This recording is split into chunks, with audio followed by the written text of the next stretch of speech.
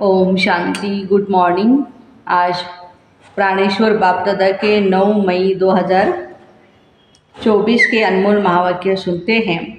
मीठे बच्चे, कड़े ते कड़ी बीमारी है किसी के नाम रूप में फंसना। अंतर्मुखी बन इस बीमारी की जांच करो और इससे मुक्त बनो। प्रश्न, नाम रूप की बीमारी को समाप्त करने की युक्ति क्या है? इससे नुकसान कौन कौन से होते हैं?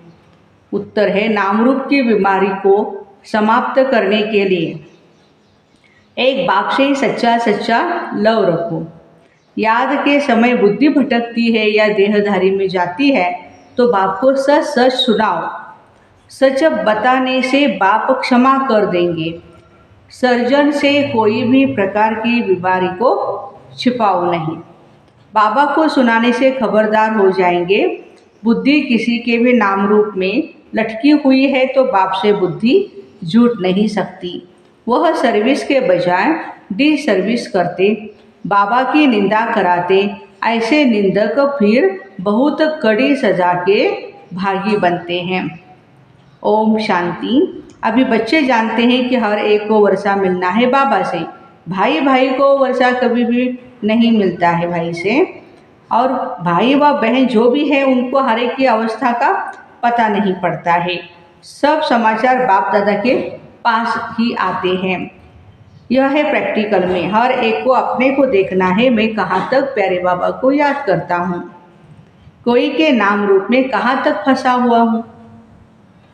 हमारे आत्मा की वृत्ति कहाँ कहाँ तक जाती है, आत्मा खुद जानती है। अपने को आत्मा ही समझना पड़े। हमारी वृत्ति एक शिव बाबा की तरफ जाती है या कोई के नाम रूप की तरफ।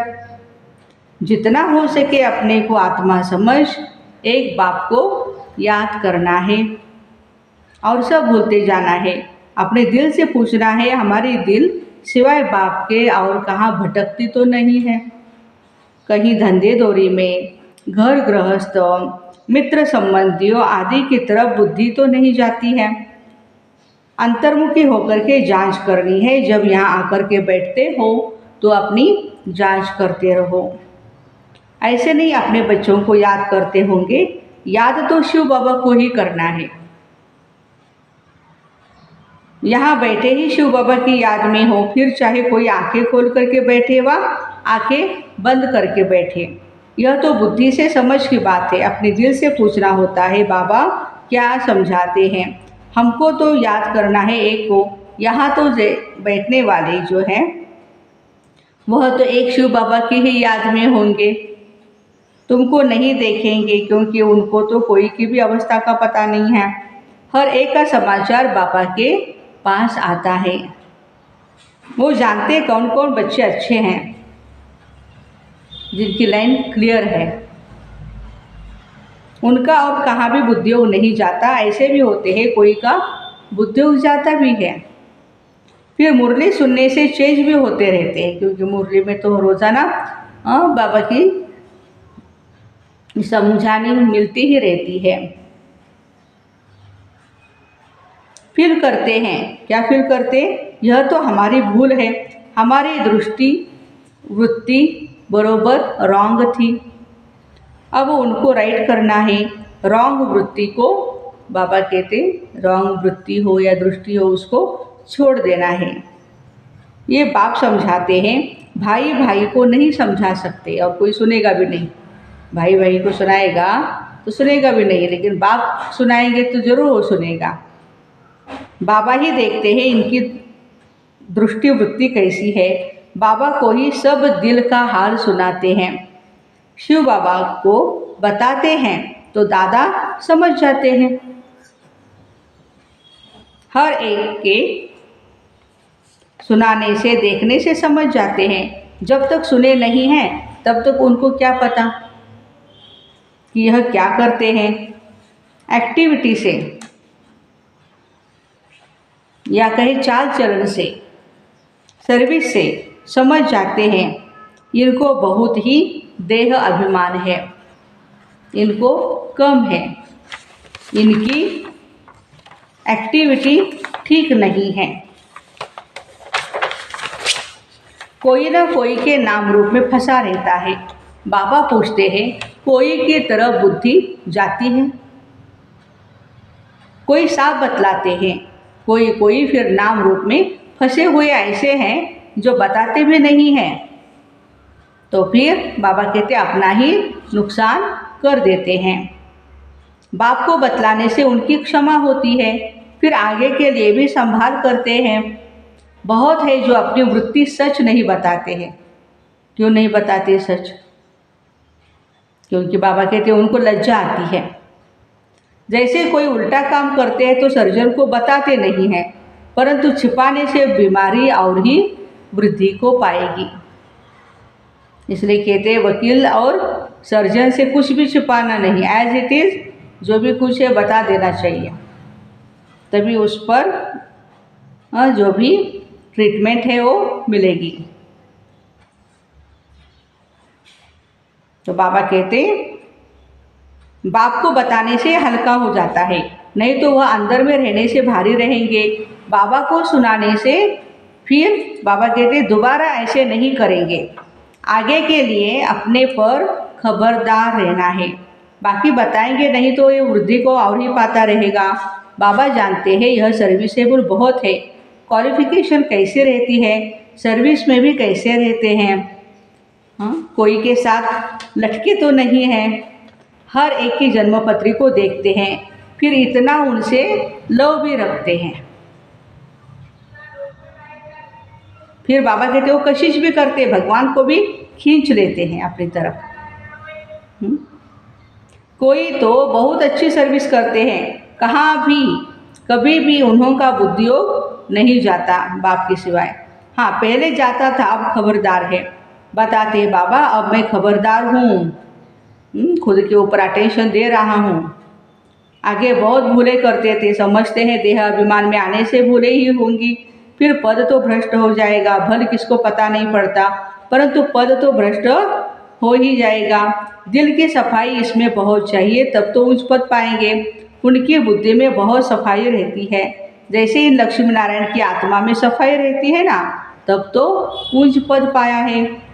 कोई कोई के लिए समझा जाता है इनकी नाम रूप की तरफ वृत्ति है, देही अभिमानी होकर के नहीं रहते हैं।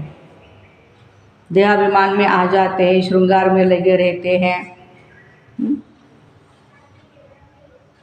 इस कारण पद कम हो गया। राजा से लेकर अंक तक नंबरवार पद तो है ना, ये क्यों होता है इसको समझना चाहिए। नंबरवार तो जरूर बनते हैं, कलाएं कम होती जाती। जो 16 कला संपूर्ण है वह फिर 14 कला में आ जाते हैं। ऐसे थोड़ा थोड़ा कम होते होते कलाएं उतरती जरूर है। 14 कला है तो भी अच्छा, फिर वाम मार्ग में उतरते उतरते बाबा कहते बिल्कुल ही विकारी बन जाते हैं। आत्मा शरीर से पुरानी होती है। यह सारा ज्ञान अभी तुम बच्चों में है। कैसे 16 कला से नीचे उतरते उतरते फिर मनुष्य बन जाते हैं। देवताओं की मत तो होती नहीं, बाप की मत मिली, फिर 21 जन्म मत मिलने की भी दरकार नहीं रहती है। श्रीमत इतनी पावरफुल है बाबा की कि हमें दूसरों की मत लेने की जरूरत ही नहीं पड़ेगी। 2500 साल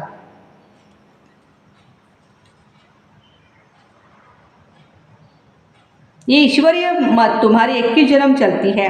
फिर जब रावण राज्य होता है तो तुमको मत मिलती है रावण की। दिखाते भी है देवताएं वाम मार्ग में जाते हैं, और धर्म वालों की ऐसी बातें नहीं। देवता जब वाम मार्ग में जाते तब और धर्म वाले आते हैं। बाबा समझाते बच्चे अभी तो तुम्हें वापस घर जाना है।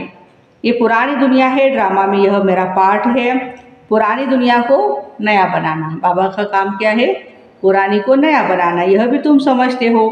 दुनिया के मनुष्य तो कुछ भी नहीं जानते, तुम इतना समझाते हो, फिर भी कोई अच्छी रुचि दिखाते, कोई तो फिर अपनी ही मत देते रहते हैं। ये लक्ष्मी नारायण जब थे तो पवित्रता सुख शांति सब थी। पवित्रता की ही मुख्य बात है। मनुष्यों को यह पता नहीं है कि सतयुग में देवता थे पवित्र। वह तो समझते देवताओं को भी बच्चे आदि हुए हैं, परंतु वहाँ योग बल से कैसे पैदाइश होती है ये किसको भी पता नहीं। कहते हैं सारी आयु ही पवित्र रहेंगे तो फिर बच्चे आदि कैसे होंगे। उन्हों को समझाया जाता है ये समय पवित्र होने से फिर हम 21 जन्म पवित्र रहते हैं। गोया श्रीमत पर हम वाइसलेस मना निर्विकारी दुनिया स्थापन कर रहे हैं। श्रीमत है ही एक बाबा की गायन है ना, मनुष्य से देवता किए करत न लागी बार। सभी मनुष्य हैं जो फिर देवता बनते हैं। अब श्रीमत पर हम डीटी गवर्नमेंट स्थापन कर रहे हैं। इसमें प्योरिटी तो बहुत मुख्य है। आत्मा को ही प्योर बनना है। आत्मा ही पत्थर बुद्धि बनी है। एकदम क्लियर कर बताओ।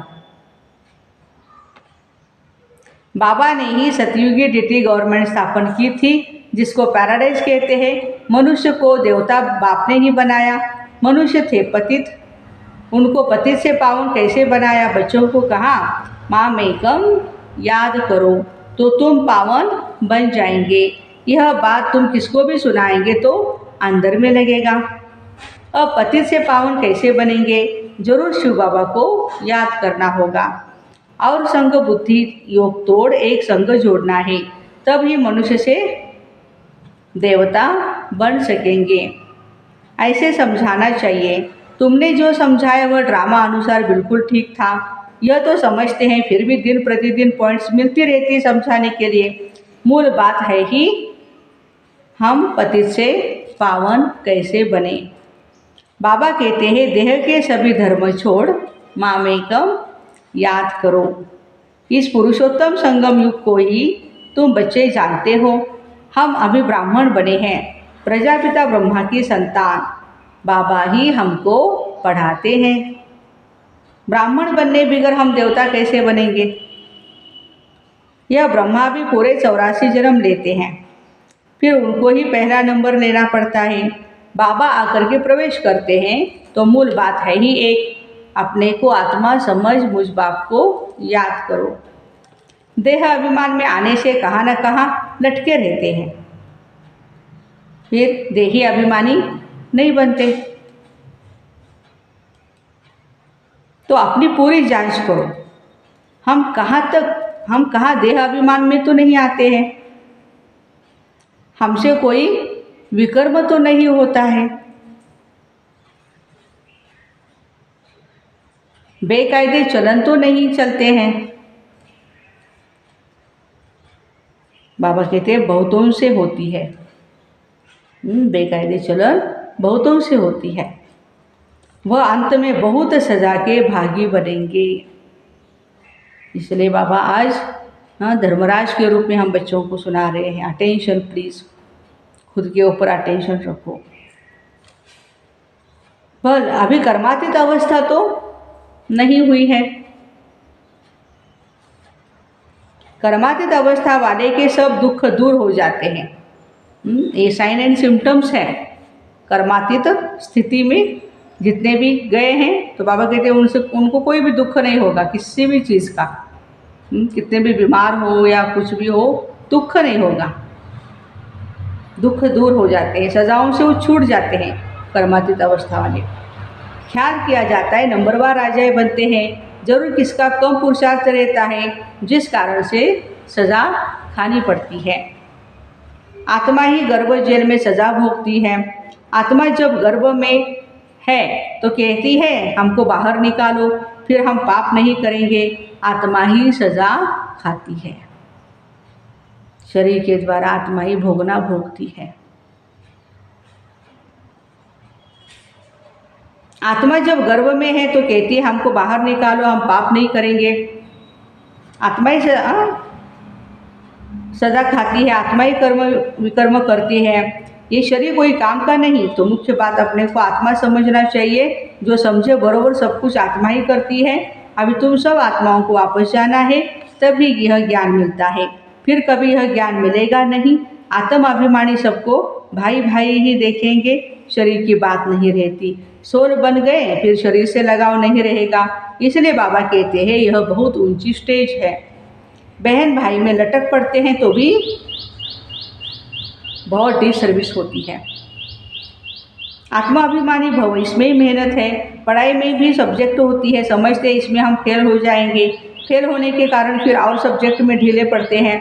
अभी तुम्हारी आत्मा बुद्धि योग बल से सोने का बर्तन होती है। योग नहीं तो नॉलेज भी कम, वो ताकत नहीं रहती। योग का जौहर नहीं, यह है ड्रामा की नूंद। बाबा समझाते हैं बच्चों को अपनी अवस्था कितनी बढ़ानी चाहिए। देखना है हम सारे दिन में कोई बेकायदे काम तो नहीं करते हैं।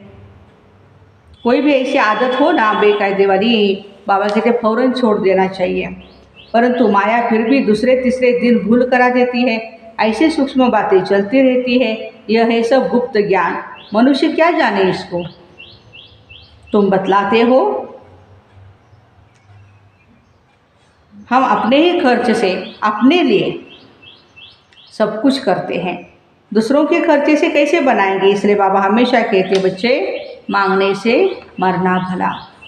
सहज मिले तो दूध के बिगड़ दूध के बराबर होता है, और मांग लिया तो पानी के बराबर। मांग कर कोई से लेते हो तो वह लाचारी काशी कलवट खा करके देते हैं तो वह पानी हो जाता है।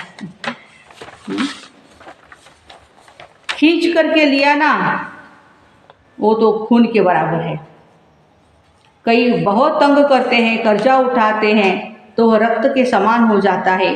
कर्जा लेने की कोई ऐसी दरकार नहीं, दान देकर फिर वापस लिया, उस पर हरिश्चंद्र का मिसाल है। ऐसा भी मत करो, हिस्सा रख दो ना जो तुमको काम भी आए। हाँ, ऐसे थोड़ी है कि भगवान को सब कुछ देना है। परसेंटेज थोड़ा तो निकाल करके रखो दान पुण्य करने के लिए, बाकी तो अपने बाल बच्चों को संभालो।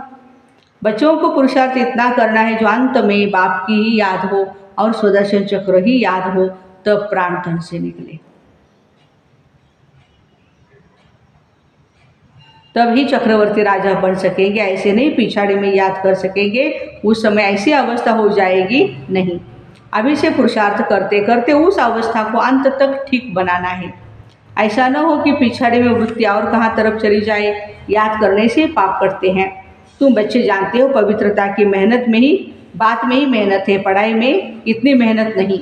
इस पर बच्चों का ध्यान अच्छा चाहिए। तब बाबा कहते रोज अपने से पूछो, हमने कोई बेकायदे काम तो नहीं किया, नाम रूप में तो नहीं फंसता हूँ, किसको देख लट्टू तो नहीं होता हूँ, कर्मेंद्रियों से कोई बेकायदे काम तो नहीं करता हूँ, पुराने पति शरीर से बिल्कुल ही लव नहीं होना चाहिए। सादर है, संभाले इसे, लेकिन बाबा कहते लव नहीं होना चाहिए। वह भी देह अभिमान हो जाता है। अनासक्त हो रहना है। सच्चा प्यार सिर्फ और सिर्फ एक बाप से ही करना है। बाकी सबसे अनासक्त प्यार, भले बच्चे आदि है परंतु कोई में भी आसक्ति न हो। जानते यह जो कुछ भी देखते सब खत्म हो जाएगा, तो उनसे प्यार सारा निकल जाता है। एक में ही प्यार रहे, बाकी नाम मात्र अनासक्त। अच्छा, मीठे मीठे सिक्के दे बच्चों प्रति माता पिता बाप दादा का याद प्यार और गुड मॉर्निंग। रूहानी बाप की रूहानी बच्चों को नमस्ते। हम रूहानी बच्चों की रूहानी माता पिता बाप दादा को याद प्यार, गुड मॉर्निंग और नमस्ते। वाह बाबा वाह, शुक्रिया बाबा शुक्रिया। धारणा के लिए मुख्य सार, अपनी वृत्ति को बहुत शुद्ध पवित्र बनाना है। कोई भी बेकायदे उल्टा काम नहीं करना है। बहुत बहुत खबरदार रहना है। बुद्धि कहाँ पर भी लटकानी नहीं है। दूसरी पॉइंट है, सच्चा प्यार एक बाप में रखना है, बाकी सबसे अनासक्त नाम मात्र प्यार हो। आत्मा अभिमानी स्टेज ऐसी बनानी है जो शरीर में भी लगाव न रहे। वरदान, स्वराज्य के संस्कारों द्वारा भविष्य राज्य अधिकार प्राप्त करने वाली तकदीरवान आत्मा भव। बहुत काल के राज्य अधिकारी बनने के संस्कार बहुत काल भविष्य राज्य अधिकारी बनाएंगे। अगर बार बार वशीभूत होते हो, अधिकारी बनने के संस्कार नहीं है, तो राज्य अधिकारियों को राज्य में रहेंगे, राज्य भाग्य प्राप्त नहीं होगा। तो नॉलेज के दर्पण में अपने तकदीर की सूरत को देखो। बहुत समय के अभ्यास द्वारा अपने विशेष सहयोगी कर्मचारी व राज्य कारोबारी साथियों को अपने अधिकार से चलाओ। राजा बनो, तब कहेंगे तकदीरवान आत्मा। स्लोगन है, सकाश देने की सेवा करने के लिए, सकाश देने की सेवा करने के लिए बेहद की वैराग्य वृत्ति को इमर्ज करो। तो ऐसे स्वराज्य के संस्कारों द्वारा भविष्य राज्य अधिकार प्राप्त करने वाली तकदीरवान भाई बहनों को ओम शांति। Have a nice day.